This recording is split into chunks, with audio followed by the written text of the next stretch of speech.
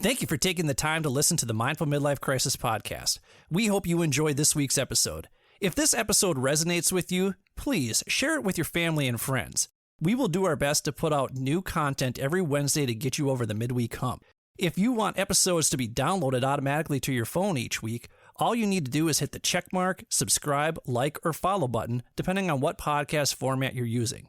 While you're at it, feel free to leave our show a quick 5-star review with a few kind words so more people like you can easily find our show. If you're really enjoying the show and you want to help us out, feel free to make a donation to www.buymeacoffee.com/MMC podcast. That's www.buymeacoffee.com/MMC podcast. You can also access the link in our show notes. We use the money from these donations to pay whatever expenses we incur from producing the show, but ultimately, we record this show for you. So if you keep listening, we'll keep recording and releasing new episodes each week regardless. If you'd like to contact us, or if you have suggestions about what you'd like us to discuss on future episodes, feel free to email us at mindfulmidlifecrisis@gmail.com or follow us on Instagram at mindful_midlife_crisis. Be sure to check out the show notes for links to the articles and resources we reference throughout the show. Thanks again for listening. May you feel happy, healthy, and loved. Enjoy the show.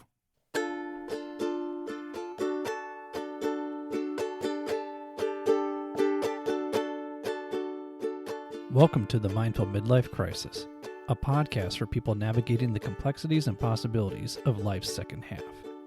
Join your hosts, Billy and Brian, a couple of average dudes who will serve as your armchair life coaches as we share our life experiences, both the good and the bad, in an effort to help us all better understand how we can enjoy and make the most of the life we have left to live in a more meaningful way. Take a deep breath, embrace the present, and journey with us through the Mindful Midlife Crisis.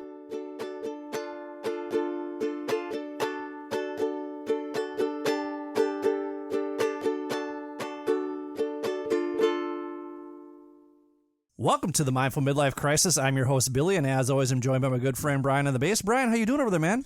I am mind-blowing today. Oh, what's blowing your mind? Just life in general, man. I'm just really happy about everything. Good. You guys have band practice with Generation X Jukebox, Gen X Jukebox. We do. That's going to be a lot of fun. We're prepping for the video. We're doing our EPK video in a couple weekends here, and that's what we're preparing for. Very nice. What jams are you recording? Oh, gosh, we've got a really broad cross-section of jams that we're doing for the video, actually. But, we've got a little rap, a little country, a little pop, a little rock. It just, gives us the flavor of the band. Is this band going to be full-on ready to go when I come back from Portugal at the end of October? Oh, yeah. So our first gig is at the beginning of October. October 2nd is our first gig right now. Where at? Yeah, we're just doing a private party. Very nice. Yeah. Can we do a private party when I come back? Yeah, sure. Fantastic. I like this. I went to yoga today, and it was really hot because at Moto, they keep it about 100 degrees in the room. Wait a minute. So it was hot, but it wasn't hot yoga? It was hot yoga. Oh, okay. Yes. All right. Yes. So I went to hot yoga today. It was about 100 degrees in the room. I sweat the whole time just as soon as I got in there. But it was really refreshing. Especially after that conversation that we had with Jill Daler, I'm like, all right, I just need to buckle down. I need to go in. I need to do some yoga. And it felt great. And I'm going to try and make it a habit here for the rest of this month, given that I only have a couple weeks left before I go to Portugal. Yeah, you want to be in your best shape when you hit the shores of Portugal, right? Exactly, because I want to do some paddleboarding off the coast of Portugal and maybe do some surfing. I'll tell you this, that all you big brawny guys out there who are like, oh, why are you doing yoga? Take a class, big guy. Yeah, try Pilates. Pilates sounds like stuff that women traditionally do. Guys, women are tougher than us. It's hard. It was so hard to be in those positions because I'm so used to doing bro exercises, but oh man, yoga was tough, but it felt great. It felt really good. You would think that those exercises that you do in the gym would translate over to yoga. Not and you at could all. do not at all, not one bit. And actually, our guest today can absolutely relate to that. Our guest today is John Wessinger. He is the award-winning author of the book Ride the Wave, which is about embracing change and how to explore risk in your personal or professional life. John's book provides a framework for minimizing risk by using 3 principles from surfing to help anyone embrace change, adopt a progression-based mindset, and use risk as a compass. In fact, for listeners of this podcast, you can get this book for 50% off the cover price. We will put that information in the show notes. Be sure that you check it out. The book has won multiple awards, including the Axiom Business Book Awards. We're very happy to have John Wessinger here. Thanks for being here, John.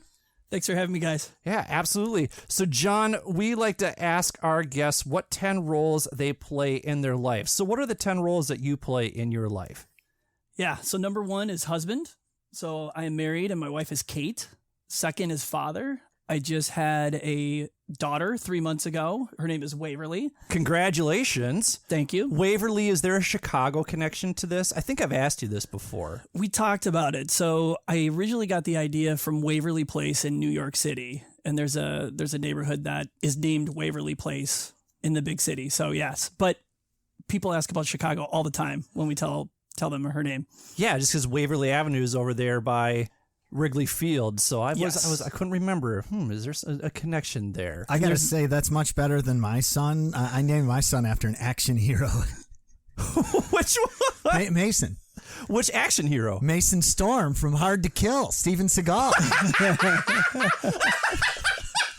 Yeah. Oh, man. These are the beautiful things that we learn from... That's where I first got the idea. I'm like, Mason, I like that name. Oh, my God. Yeah. Where it came from. That's honest to God, true story. Oh, I love it. I love it. Oh. All right, so what other roles do you play, John? Yeah, so cat dad. We have 2 cats, Clyde and Enzo. I have a brother, Nick, and I'm uncle to his kids. Author, writer, athlete, obviously surfer, former soccer player, team member. I work for a company and I'm part of a marketing team. And then I'm a Tool fan. Hopefully that's okay to say here. I know that there's a Pearl Jam fan. No, we love Tool. Okay. Love Tool. Good, love good. 90s rock. So Yeah. you're all good. And movie fan. I really love movies. So before we get into the 3 roles you're most looking forward to, you said that you were a college athlete. So what was your sport? Correct. Where did you play? Yeah, so I played college soccer. I played at St. John's. Soccer was the thing that I was going to do professionally. Like I wanted to be a soccer player, but I also was interested in board sports like surfing and skateboarding. So I did play a lot of soccer growing up. I played baseball and basketball as well. But I hit that age in, I think, like middle school where you go to the basketball game and everybody's a foot taller than you, like the next season or whatever. So I was like, I'm done with basketball. We'll focus on a sport where you don't have to be tall, where you can play soccer. So yeah, I would say athlete. So soccer was the primary thing. And then obviously the love for board sports and surfing. So. And you spent a semester in college over in Italy at one point? I did, yeah. So I played my first 3 years. I played freshman, sophomore, junior year, and then my senior year I studied abroad. So I gave up soccer to basically experience Europe. Got to see some games when I was over there, but that's also where my love for Italy came was spending that semester abroad. So, and like Americans don't understand just how big soccer is. And I've been over in Europe in 2014 and 2018 during the World Cup. It's a big deal. It's a big deal. It is. It's like nothing you've ever participated in your life. When I was in Amsterdam, Holland was playing Mexico, and we asked our hotel concierge, like, where should we go to watch this game? And she said, go down to Museumplein. And Museumplein is where the Van Gogh Museum is, and is it the Rijksmuseum, the Rijksmuseum? There's a big green space that's around there, and they had 3 70-foot screen TVs, and there were about 50 to 60,000 people watching that game. And it was a wild party. It was so much fun. And then in 2018, I was in Berlin, And right behind Brandenburg Gate, they have 50-foot screen TVs with picnic tables all down Unter den Linden, which is right where Brandenburg Gate is. It's amazing. They set it up. It's like, you think about Super Bowl parties, nothing compared. And these are just like random World Cup soccer games. They're absolutely fantastic. So did you get to go to Olympic Stadium? Did they play any soccer games at Olympic Stadium? Yeah, they did. So I saw Rome and Lazio play in Stadio Olimpico, and that's like the main stadium in Rome. And that's like a derby. It's like the two home teams. It would be like Yankees and Mets playing each other. And that was crazy. And this is maybe another 90s reference, but I don't know if you guys remember M80s. They literally set those off in the stadium and throw those around. And so those are constantly going off. So not only are the fans crazy, but you feel like bombs are going off in the stadium while the game is going on. So It's a little nerve wracking. Brian is in a band called them M80s. And Wow. I feel Wow. like you need to get a gig at a Rome soccer game sometime with M80s just blowing up all around you guys. I don't know. That doesn't sound like such a good idea to me. I just, I like my music, playing my music when I don't have the threat of losing digits. That's, it's just a prerequisite for me. All right, that's fair. That's fair. Not as exciting, but fair. I've seen Pearl Jam in Italy a bunch of times, and they've all been at soccer stadiums. So Olympic Stadium in Rome, and then San Siro in Milan, and that was huge. You couldn't believe how big that soccer stadium was. That stadium seats 70,000 plus. Wow, It's enormous. And then I saw them in Trieste, and I saw them in Padova, all at soccer stadiums. And man, the Italians love their soccer, but they really love their Pearl Jam. They're bigger Pearl Jam fans in Italy than anywhere else that I've been to. that's interesting. Yeah. Why do you think that is? I don't know. They just love Pearl Jam over there. They go wild for Pearl Jam there. It's lawless over there during a Pearl Jam show. Wow. It's crazy. So you're a big Tool fan. I am. So tell us, what is it about Tool that you just love? Because I think you named one of your companies after a Tool album. I did, yeah. At one point, it was Lateralis, and I named the company after that album. I just love the album. And I think for me, Tool is, and I'm a Pearl Jam fan. I really got into music during the 90s when a lot of those bands went big. So like Radiohead and Soundgarden, those are like kind of the genre that I still listen to today. With Tool, I think it's just that there's a little bit of extra effort that you have to put into listening to them. And you can't listen to a Tool song for the first time and get it. And you have to listen to it multiple times. And so there's a little bit of work that goes into understanding that song or connecting to that song. And so for me, I like that repetition and really kind of growing with a song, if that makes sense. And I'm sure you guys get it. Oh, yeah. I mean, their compositions have grown over time, I'd even say. If you look at their first record, it was a little more pop driven, if you're going to say that, for metal.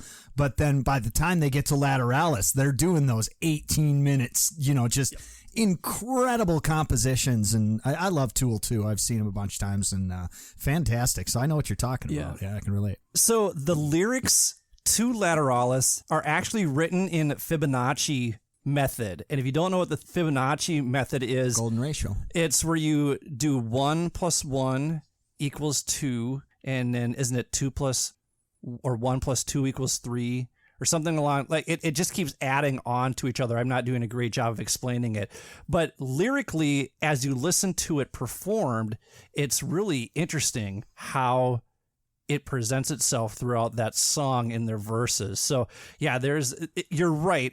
You don't get Tool the first time that you listen to it. So that's awesome. That's awesome. I've seen Tool a bunch of times in concert. I imagine you have as well. Yes, multiple times. And I actually they did a music clinic where you could pay a little bit extra cash and you got to go in and watch. It was Adam, Justin, and Danny just talk about the songs and do a performance for, there's maybe 100 people in there. And so that was really cool to hear them talk about polyrhythms and all these things that I don't necessarily know about with music, but having them explain that, you get a better understanding of how they approach their instruments and work together and that sort of thing. So it was really cool. And those guys are scientific in their approach to playing their instruments. Like, They would have to be with compositions like that. yeah, because they are working with some wild time signatures in their songs.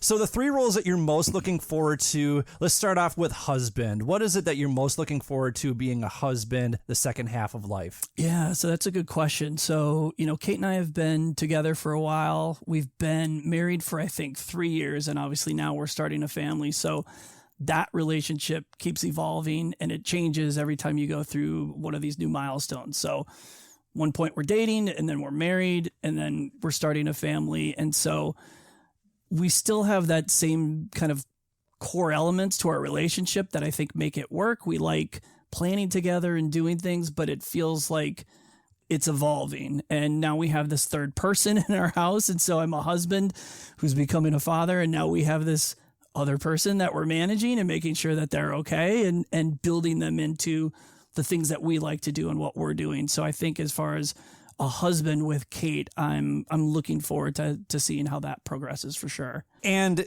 the two of you are falling in line with a common trend that's growing these days of having children later in life. So how old are you again? 40. Well, 45. Oh. in my 40s. That's how I typically answer that. But yeah. You're in your 40s. So Brian had his last baby when he was 43. Okay. Yeah. Oh, it's Yep. an adventure. Yes. So if you need advice about how to be a 40-something parent, Brian's got it for you. So what is it then about being a father that you're most looking forward to?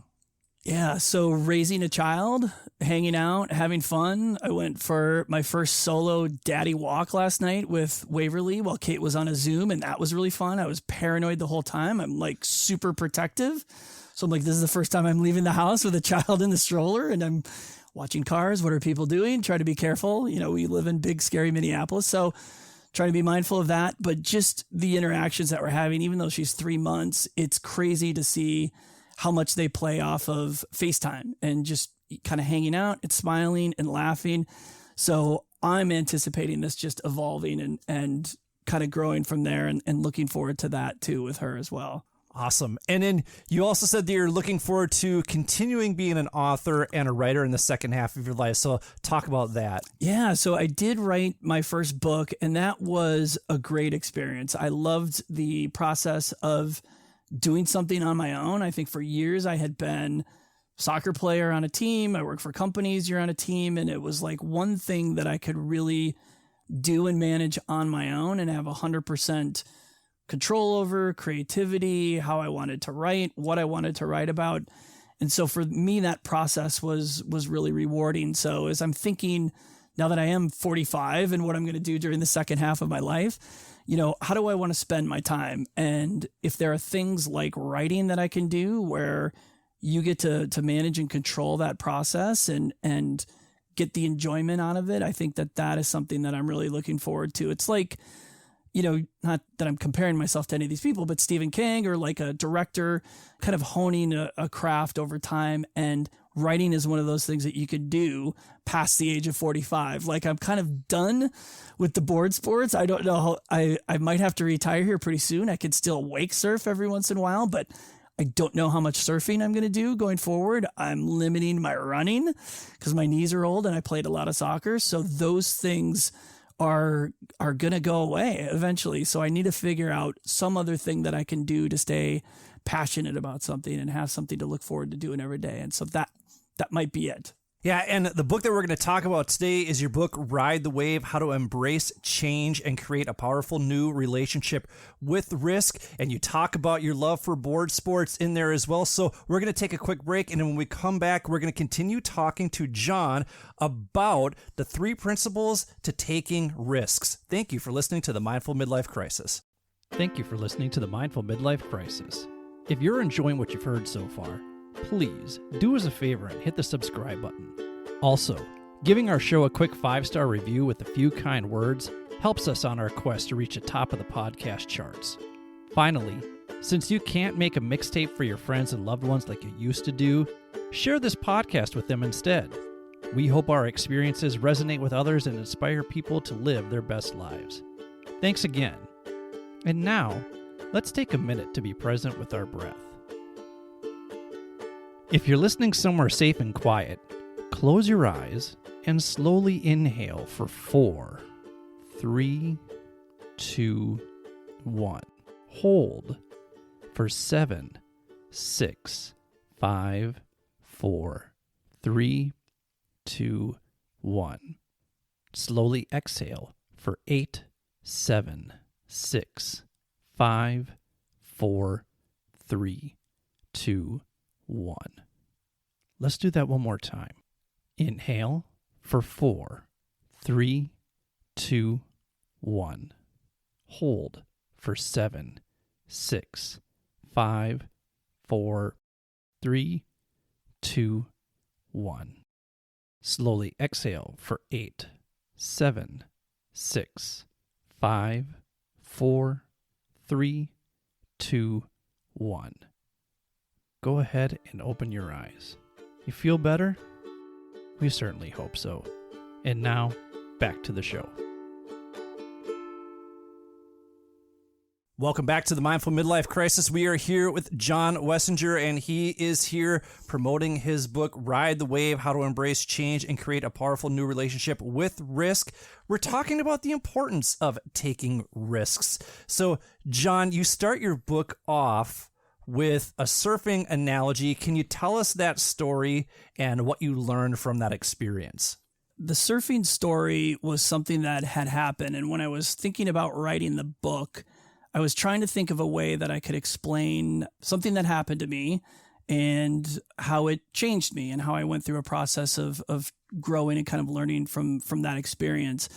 And so this surf story started out as an opportunity for me to basically like a bucket list item. Like I had done everything within board sports that I could possibly do. We're kind of landlocked here in the state of Minnesota. So I had done skateboarding, snowboarding, wake surfing, and done those things kind of in the background for years. And like I mentioned, I played organized sports for years like soccer, but board sports was this thing that, again, it was kind of a solo thing that I could do on my own that I really liked and enjoyed. And so I said, I need to go ocean surfing and experience what this is like because I've done everything else.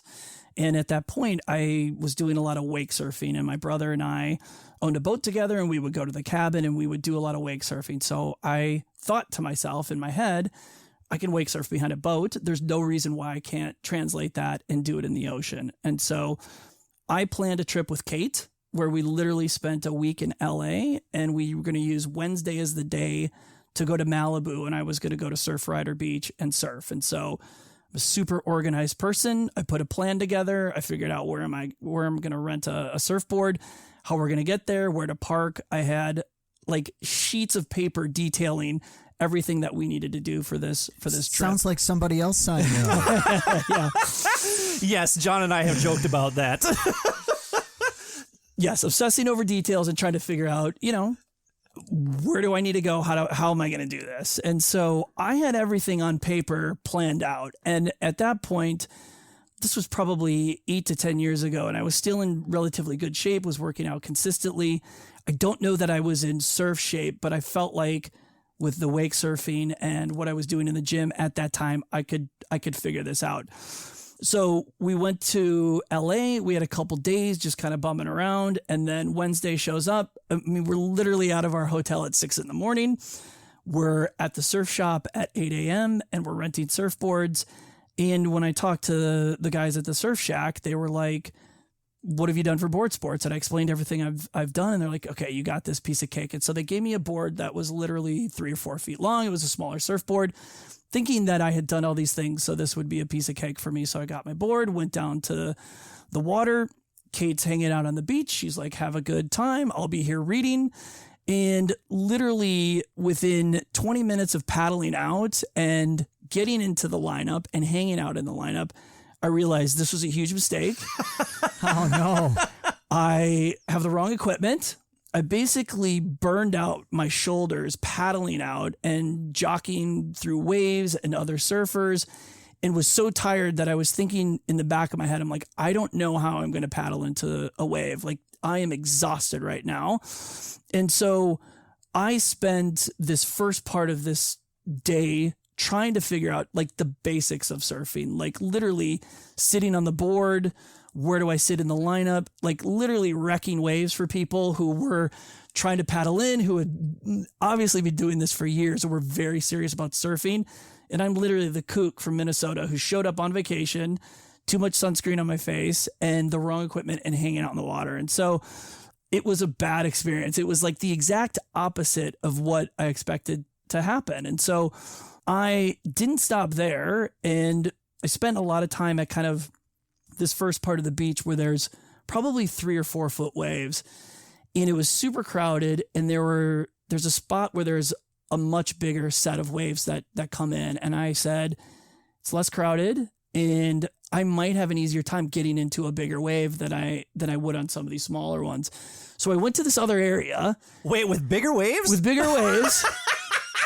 And my rationale was I have a smaller board and there's more speed on these waves. This might be an easier way for me to catch a wave. So I went out to the second set and literally got stuck in kind of the impact area of the wave and had to have somebody come and pull me out, put me on my board and push me into shore. And so I think in the book I talk about Tom Hanks in Castaway. Like I literally washed up onto the beach and my wife is standing there and I'm like, okay, so how bad was that? And there's 30 to 40 people all in chairs hanging out on the beach.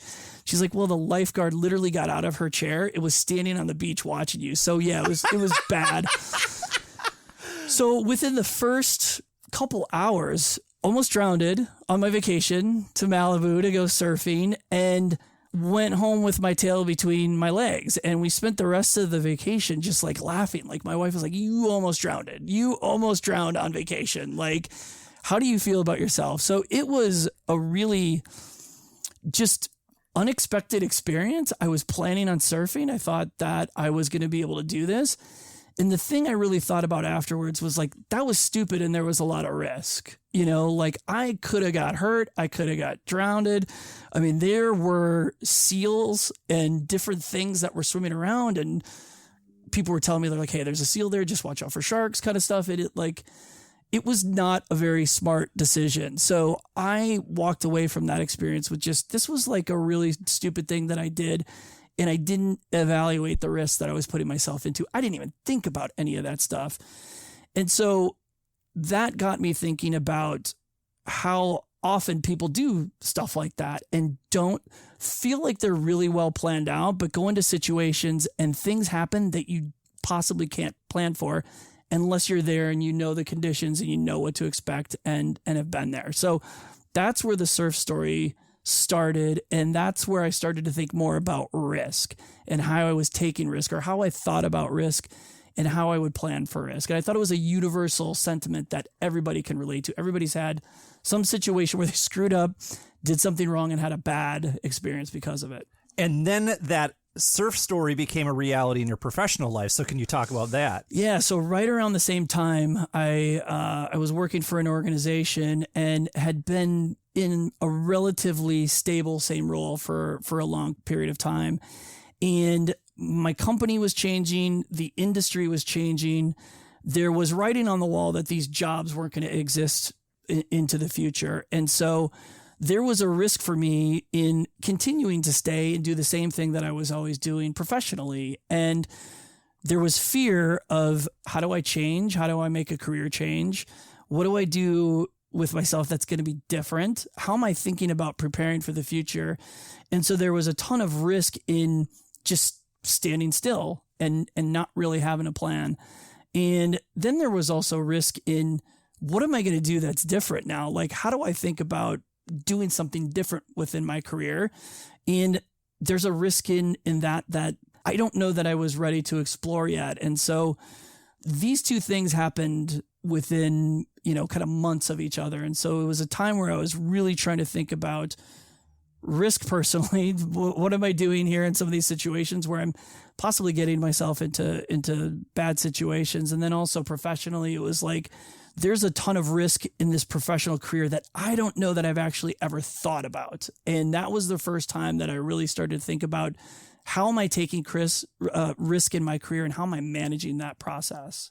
And it's funny because like Brian said, it does sound like me and that you can prepare and you can be over prepared, and yet a lot of times that almost gets in the way, because if something does happen that throws you off the routine, then you don't know how to respond to it, because it's like, oh, well, wait, like I was so stuck in everything had to go lock and step. Otherwise, if it didn't, now here's where I am. And I think when you talk about, the assumption that some skills are transferable, but they're not always. Like being an athlete on the soccer field, it doesn't necessarily mean that you're going to be able to get up on a surfboard. And I have countless examples of where I just assumed that I could walk into a situation because, oh no, I got this. Like even starting the podcast, I've stood in front of people in a classroom. This should be no problem. And it's safe to say that for the first 3 months that we were recording episodes, those episodes were sheer dog shit. Like they were not good, and we had to work through those very much. So from those two experiences, you came away with a whole new perspective on embracing change and taking risk, and you compiled those into the 3 principles. So talk about those separately. How can we embrace the conditions in order to lead a more fulfilling, risk-filled life? Yeah, so the first principle is really, and I use the analogy of conditions and being in the ocean, the surf analogy. And so I like to think about this as also change. And when you're in the conditions, it's constantly changing. And there's always, for surfing, there's always some dynamic that's happening. Either waves aren't coming in and you have to sit in the lineup and you have to wait, or there's a ton of waves, there's a ton of people, there's rocks, there's kelp beds, there's all these things that you have to navigate in the conditions. And so when I think about that as like the first principle, I think about you have to be out in the conditions regardless of what's happening to know and understand what's happening. So professionally, I had to be out there understanding what's happening with business, what's changing. How do I think about my experience and how is it transferable? How would it apply to other situations? Could I get other jobs? And this first one is just about being out there and understanding what's happening. Like if you want to be an actor, you can't sit in your house and talk about being an actor. You have to go do plays. You have to be in theater. You have to have an agent. You have to do things in order to become an actor. And so for me, this one is really about put yourself out there, get in the conditions, understand what's happening so that you know what you need to do in order to get better and adapt to situations. In the business world, where were you seeing companies fail in terms of embracing the conditions? Where were they not adapting? Yeah. And so this was a while ago, right? So this story and kind of the work story are pre when I started my business. So this was a time when literally technology was disrupting every industry. So we were seeing it as sales and marketing people. We were seeing technology get in the way of us doing our job. So you want to control the narrative as a marketer and market your product or your solution effectively. There is unlimited information out there that any kind of consumer could get that they can pull off the internet. And sometimes they don't need you to tell a story about your product or solution, or can get information and make their own decision on their own. So what we were finding was that consumers or customers were going on their own journey. They were going out and sourcing their own information, learning on their own, and necessarily didn't want a company to tell them you should buy our product or buy our solution. They were making up their own minds for themselves. So there was a lot of disruption that was happening just with technology and websites and information, and the people who manage and kind of controlled information, like the companies who are marketing and selling, lost that. And so that was a really big change that my organization was going through. And so thinking about yourself as a sales or marketing person, it's like consumers don't want to hear from me. Like, what am I going to do in the future? Like, how do I have to adapt now? And what jobs are going to be there in the future for me in order to still market and sell products and solutions? It got really congested and competitive. When you talk about embrace the conditions, I imagine what we're seeing with COVID, people and businesses have had to embrace these conditions because we still don't know when the end is in sight as cases begin to rise. And so how have you embraced these conditions during these times?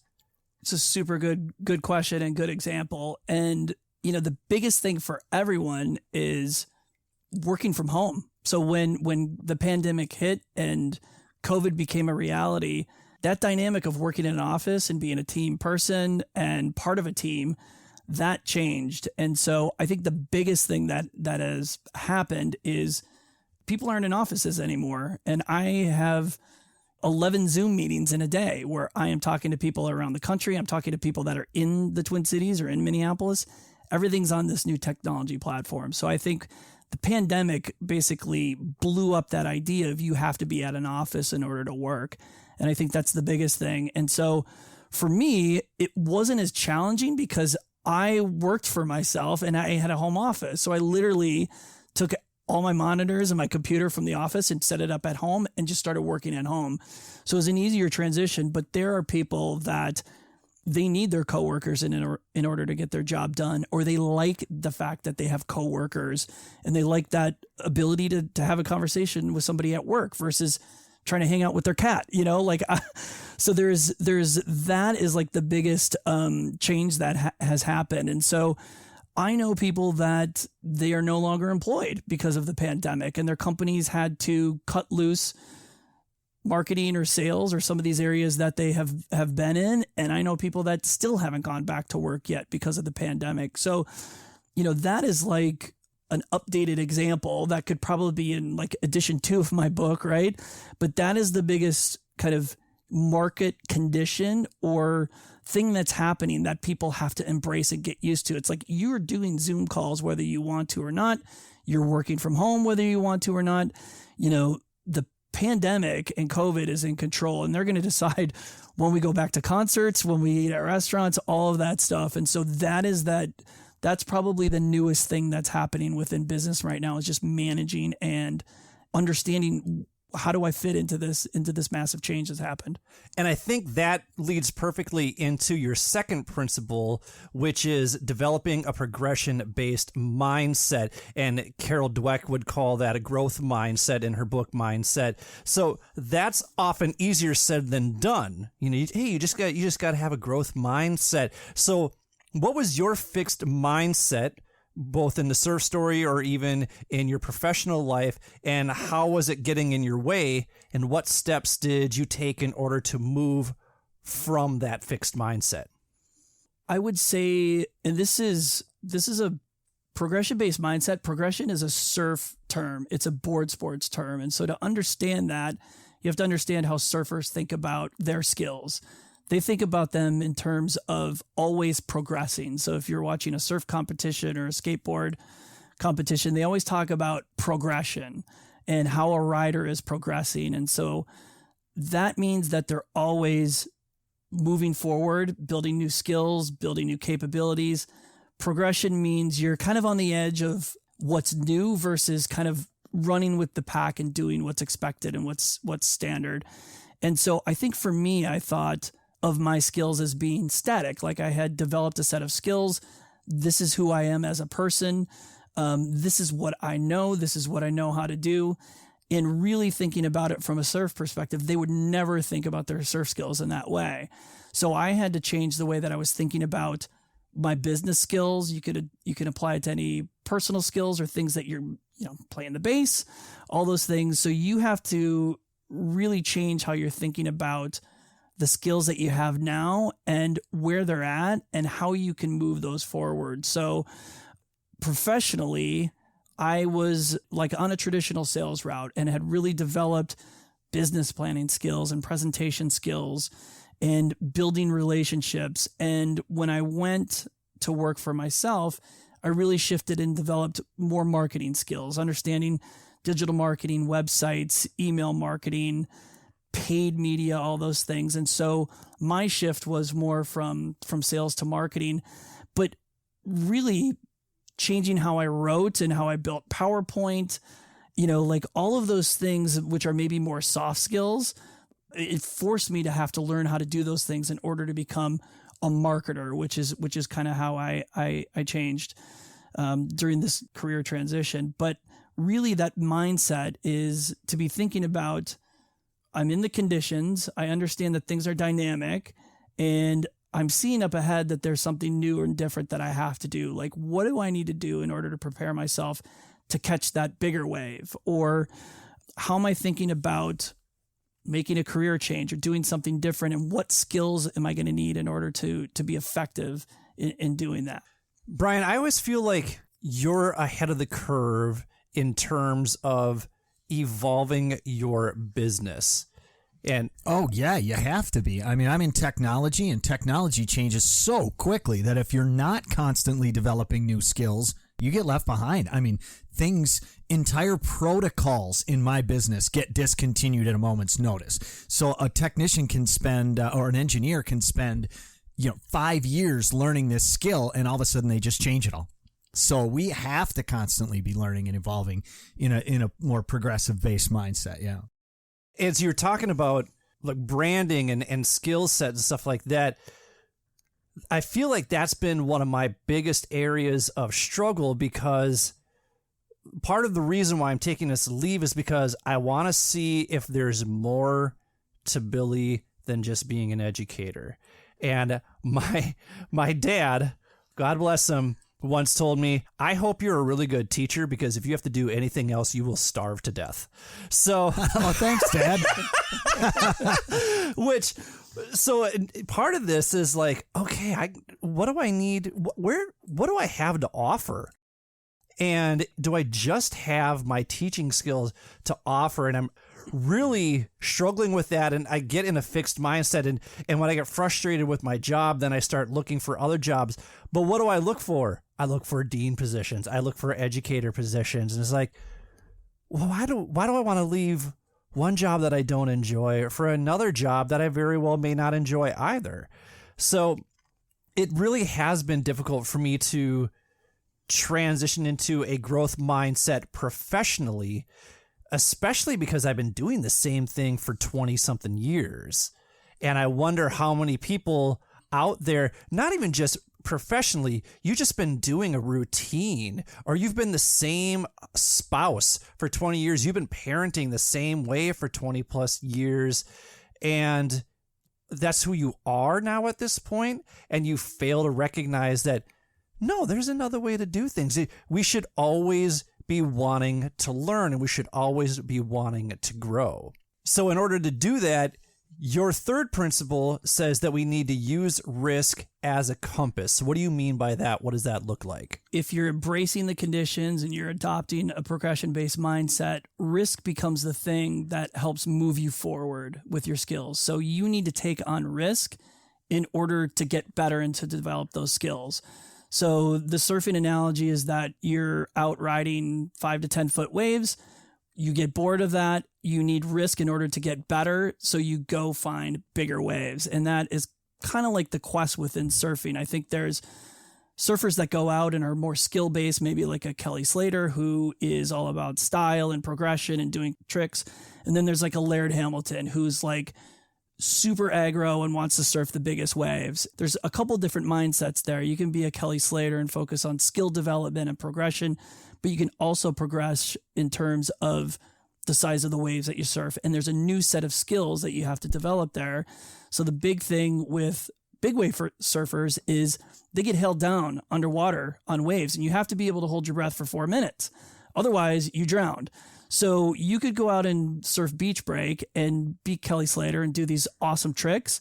The second you go to, like Nazaré, like we were talking about in Portugal, where there's a 75-foot wave, you have to be able to have that skill to hold your breath and get held under for that long. And so that is the craziest thing to think about, that you have to be able to hold your breath for 4 minutes to survive some of these waves. But that is like the progression and the risk. So you could be content. Like my wife has essentially done the same job that she's had since high school, and she loves it. And I think there's progression within her job where she gets better at things and she learns and she's developing her skills.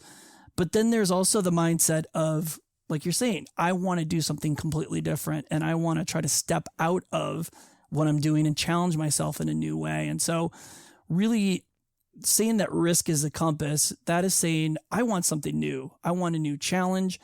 I feel complacent in what I'm doing because I can do it on autopilot, and I need to re-challenge myself. So you have to seek that risk in order to get to that point. And it's super scary, right? Because you're looking for jobs, you're searching, and you end up landing on things that are familiar. But to say, I'm going to completely change careers, and maybe I could apply those skills in another arena, but you really have to be comfortable with taking that risk, knowing that you've done all these other things to get ready. So you've gone out and you've maybe done some research, you're starting to build some skills. So the idea is to try to minimize that risk, where if you do take a career change, you're not going to flounder and you're not going to fail. It's going to be an easy progression into this thing versus my surf experience, where I literally almost drowned in Malibu. You know, you want to try to plan ahead and think about what you're going to need in order to make it through that risk. Do you find that one of the biggest barriers to people taking risk and investing in themselves is just making a financial commitment? Financial commitment, for sure. I think that is probably the biggest one. And that was the one thing that I had to really think about when I made my change. And literally it came down to, and I thought this deep into it, was if something happens, what happens to my mom and dad? Do I have to live at their house? Is my dad going to have to bail me out financially? Like, they were in a position where I was like, they could take on their son. I could go move in there if something happened. So I literally thought that deep into it. I would say financial is the biggest one. I think the one risk that, this is an interesting one, is that people, I think they're really concerned about what someone else is going to think. And how am I going to be viewed for trying something new? And I think that that was one of the things that I experienced most often was, I'm changing. Everybody knows me as John, the sales guy, or John this. I'm changing that dynamic in the relationship with my people. And some people support and applaud that, but then other people make it tough. And there's resistance there because they don't want you to change. They like the way that you are and they want to protect you. So they see you taking risk as a threat, not only to yourself, but to them too, because now you're a different person. And I would say that that is the hardest one. And that's the one that I struggled with the most, asking permission from people. It was like, I felt like I had to ask permission to write a book. And it's like, you don't have to ask permission. You don't have to ask permission to start a podcast. You can do these things on your own. And I think that that was a really hard thing for me with risk, was negotiating that with myself kind of in my head and trying to say, you can go do these things. You don't have to ask people to do it. And if it changes that dynamic with people, then you don't have to worry about that. That's on them to figure that out and to sort through it. So I think financial is like the first obvious one that always comes up. I think that second one is really important and really interesting too. I would tell you that taking this leave and not having like any income for the next year, luckily I have money saved up because I am a good planner. I am a good saver. I'm going to be able to do what I got to do with the savings that I have, but it sure would be nice to make a couple bucks here, a couple bucks there. And I'm still trying to figure out part of this podcast. I feel like there's a bigger purpose for me. I know, Brian, you and I have talked about it. You're very comfortable in your position here at your company. And for me, I'm sort of floundering out there, like, what else is there out there for me? Because I could go back to teaching. Like, I have that job there waiting for me in a year. But what if there's something else? And what if I just don't see it yet? And I think I'm even all the way back yet at principle one, where I don't know that I've fully embraced the conditions because I don't know what I don't know, is one thing that Brian brought up a couple episodes ago, that you just don't know what you don't know. And I myself feel like I need to get a better assessment of what I bring to the table and then put the effort into creating it and then taking a look around like, okay, who out there would would benefit from a service like this. How do I get it out there? What's the risk that is involved in it? And how do I use risk as a compass? So all of these things are really resonating deep with me as I'm navigating through this. And I imagine many of you out there have a difficult relationship with risk.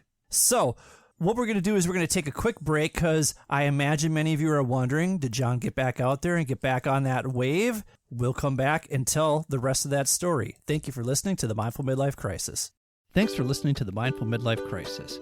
We will do our best to put out new content every Wednesday to help get you over the midweek hump. If you'd like to contact us, or if you have suggestions about what you'd like us to discuss, feel free to email us at mindfulmidlifecrisis@gmail.com or follow us on Instagram at mindful_midlife_crisis. Check out the show notes for links to the articles and resources we reference throughout the show. Oh, and don't forget to show yourself some love every now and then, too. And now, back to the show. Welcome back to the Mindful Midlife Crisis. We are here with John Wessinger. He is the author of Ride the Wave. He just got done breaking down the 3 principles from that book. And John, you got back out there into the ocean and you redeemed yourself. So tell us, how did you redeem yourself?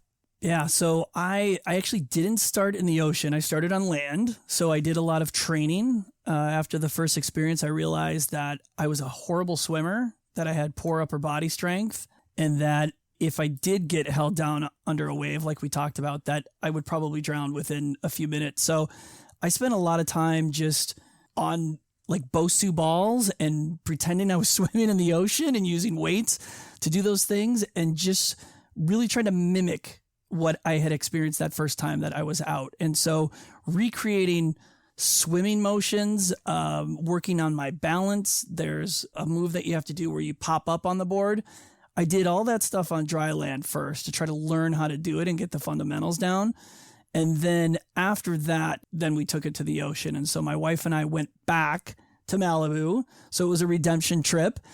And this time she went. So we got bigger boards. We brought our own wetsuits. We literally did everything the right way that we missed the first time.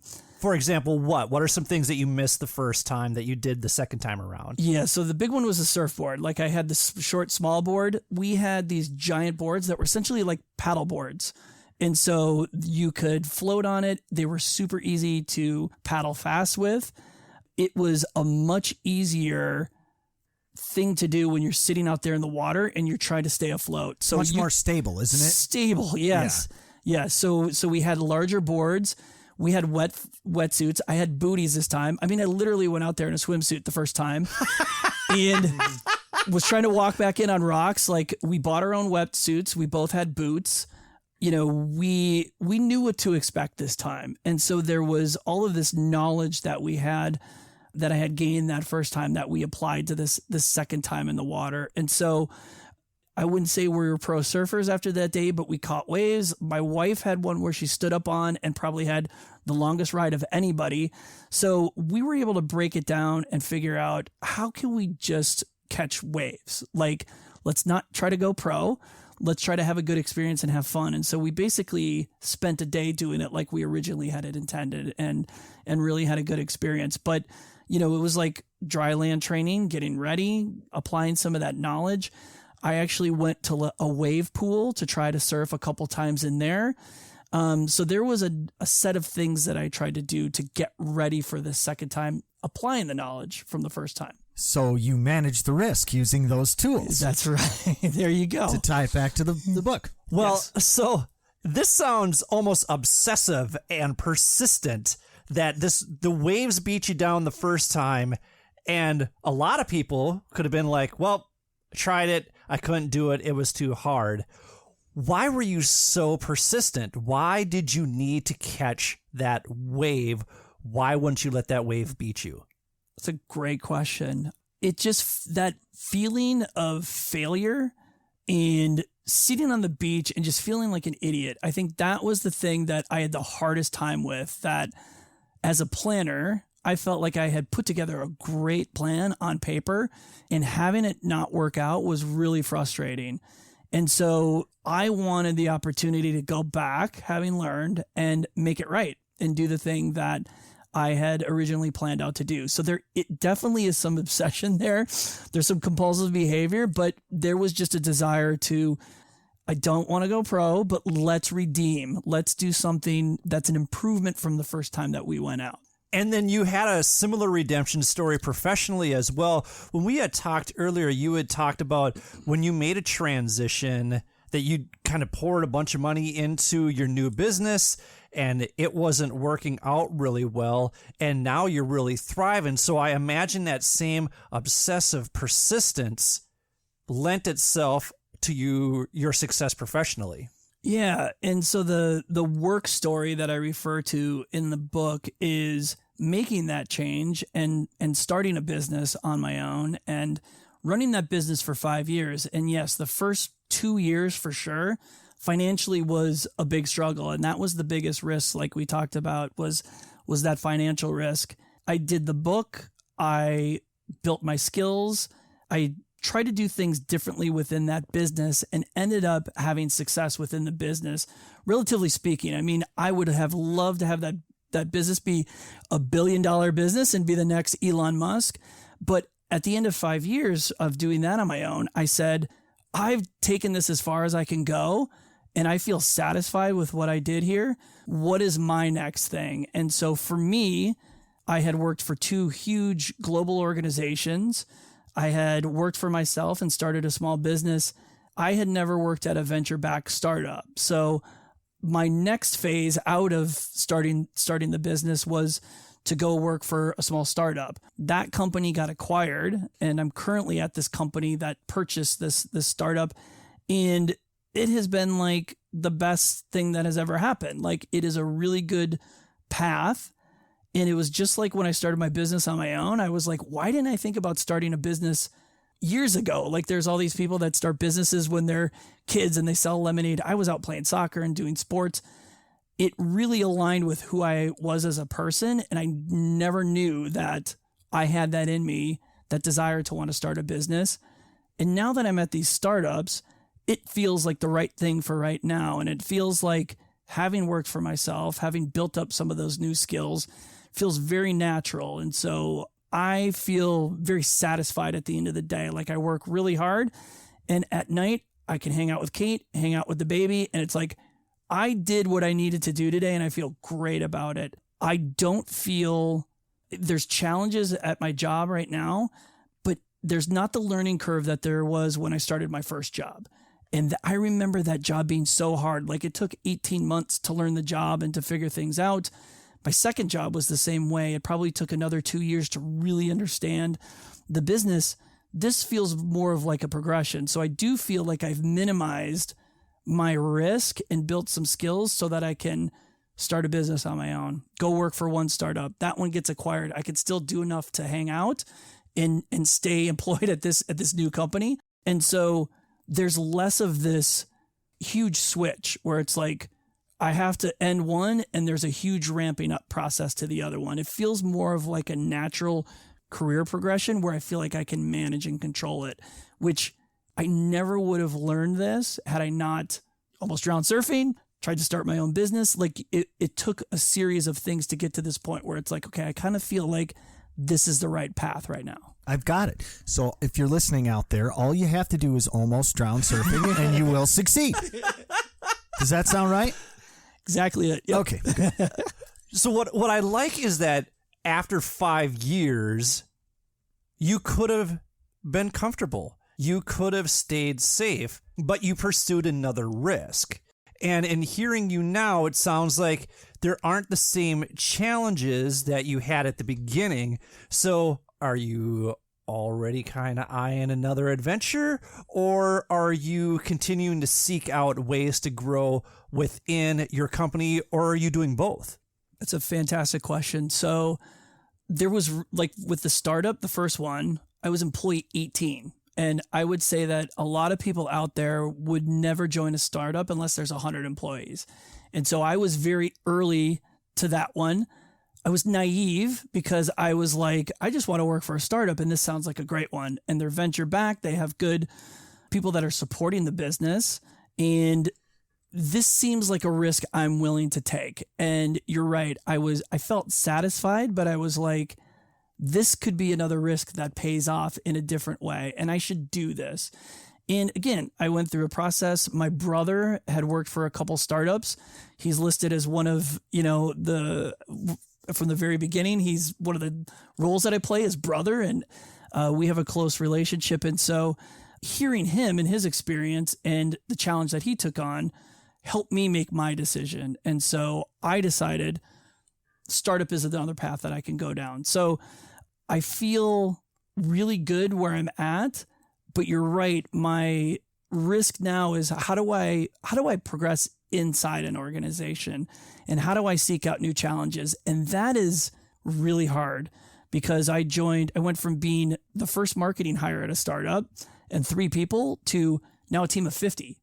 And so I am now in a much bigger marketing organization, and navigating that is a job in itself and trying to get stuff done. So I feel super content right now. But again, my view is to try to figure out how can I stay and how can I progress internally versus leaving. So Brian, I have a curious question for you then. So you are the president of your company. Mm-hmm. How do you keep that position fresh? How do you continue to build? How do you continue to learn? How do you continue to take risk? Because I'll tell you, just being a dean for 6 years, I could have continued to grow, but like you, I just felt like I had done what I could. I didn't see any more room for growth. And I mean, I could have gone on and gotten my admin license, but I knew for a fact I never wanted to be an admin. And you're the buck stops with you. So well, you're navigating the market. You know what I mean? The market presents challenges. If this product's not selling, you have to be aware of that and pivot to what is selling, or you're constantly embracing change in technology. You know what I mean? So you can't just sit and expect the market to look like it does today, 5 years from now, which is why you have to hedge your bets in, diversifying the company portfolio, whether it be, diversifying customers or diversifying product or whatever it may be. But my job is to grow. I don't get paid unless I grow and make more money for the company. So by nature, my job is forcing change, really, and I have to be that change leader that leads everybody to believe that the direction the company going is a good idea and all that stuff. So, and I feel like you have embraced the conditions of the ever evolving technology market. God, you have to. I've been doing this 22 years almost now. So you just get used to it. Things change. I've seen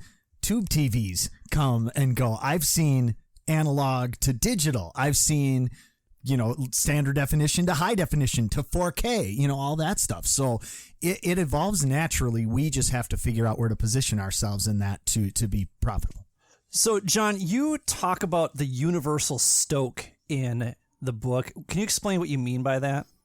Yeah. So stoke is a surf term, and that is the feeling of riding a wave successfully, which I didn't do the first time out, right? But this is what surfers describe as that feeling of, I caught a big wave, I went in a barrel, I came out the other side. And so they talk about stoke as that feeling of success. And so I talk about that in the book as a universal sentiment that everybody has. Everybody has some sort of stoke that they feel, and maybe it's feeling like you're in the zone or you're working and you're at your best. And so maybe it's you're on stage and you're playing bass, or you're in a podcast and you feel like you're really dialed in and you're having a good conversation. So that, I think, is what everybody is striving for. And that's the quest, is to feel good about what you're doing and feel positive. Like I described at the end of the day, where I come home and I'm like, I don't need to do any more work. I gave my all today. I feel completely satisfied. I'm stoked with the work that I did. I'm good for right now. So having those moments where you feel like it doesn't feel like work and you're getting things done, you're being effective, you want to create an environment or have a job or have a role where you're constantly in that mode and generating that feeling. The last couple interviews that we have had, I have felt that stoke.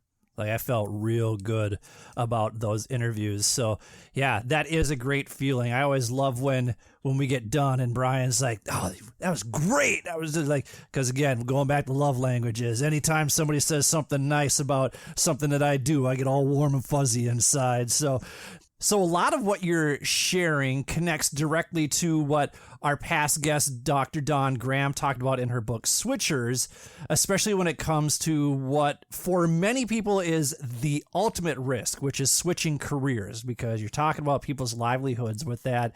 You yourself have switched roles, you have switched jobs, you switched careers. How have taking these risks added to your overall satisfaction with who and where you are today? Yeah, so I touched on that a little bit, and I think, at the end of the day, feeling like I was in control, I think is a big part of that. And so it's easy to look back now and see that there was a path, but when you're in the middle of it and trying to make those decisions, like you were just talking about your trip and traveling and trying to decide, am I a dean or am I not a dean, and trying to figure those things out. And what does the podcast mean? And I think you already are on a path and you just don't know it. And maybe 5 years from now, you look back and you say, okay, the podcast was my new point of entry to whatever this new thing is that I did. And so I would say that looking back, there's satisfaction in understanding that all those struggles and everything that you went through was part of the path and part of the journey. And it's super hard to realize that and understand it when it's happening, because all you're focused on is, this is super risky financially. This is my first year and I'm making no money and nobody wants to talk to me, So you go through those struggles, and at the time that's all you're focused on, and you don't think about, this is a new path and this is a different journey. So I think now I think about it as, I'm on this path and there's going to be challenges and I should expect those things to happen. And if they don't, it would be weird, or I'm not noticing that these things are happening and I should be. So I'm thinking about these things, looking back and saying, okay, I made this decision. I decided to take this route. Kate and I would always talk about the challenges at the time, and she would say, you wanted this, you decided to do this, so you have to deal with the repercussions. So right now, when I think about it, I think I made the decision to be on this path, and so I'm going to own this and I'm going to manage it the best I can. But there's satisfaction in making that decision, and also there's satisfaction in knowing that there's some other thing at the end of this. So in another 5 years, if we did a podcast, how would I look back on my time at this second startup? And so there is going to be a narrative and a story to that whole experience as well. And there will be things that I think are positive, and there will be things that were challenges, but I think that's part of it.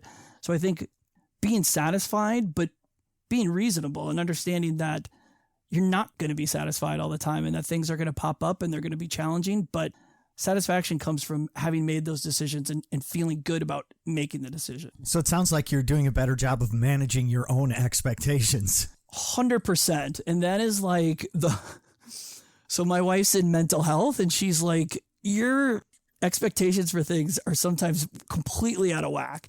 And so there's a temperament of, let's just see what happens. You're not going to sell 1 million books. You're not going to be a professional surfer after your first day. You're right. So it's about managing the expectations of what you have control over and what you can do. And the other thing that I think I really think about now is ruminating and dwelling on those past decisions and building them up into things that are bigger than they actually were. And so it might be more about kind of being present and not thinking about the past. You can evaluate and look back, but you shouldn't judge it and have that impact or influence what you're going to do next. It's funny how similar you and I are, because tempering expectations and rumination, man, Those are the things I do best. Like that's what I should market is you want to ruminate more? Let me show you how. You want to have really high unrealistic expectations? I'll show you how to do it. That's what I should be marketing right there. And what do you mean you're not going to sell 1 million copies? Of course you're going to sell 1 million copies. You were on this show. Kate, you sound like a dream crusher. Just kidding. Just kidding. Kate's a wonderful, wonderful human being. And John, you are as well. We want to thank you so much for being on our show. Once again, you can go into the show notes and you can buy John's book, Ride the Wave, 50% off the cover price. We'll put the link in there. John, thank you very much for sharing your story of risk with us. Thanks for having me. So for John, for Brian, this is Billy. Thank you for listening to the Mindful Midlife Crisis. May you feel happy, healthy, and loved. Take care, friends.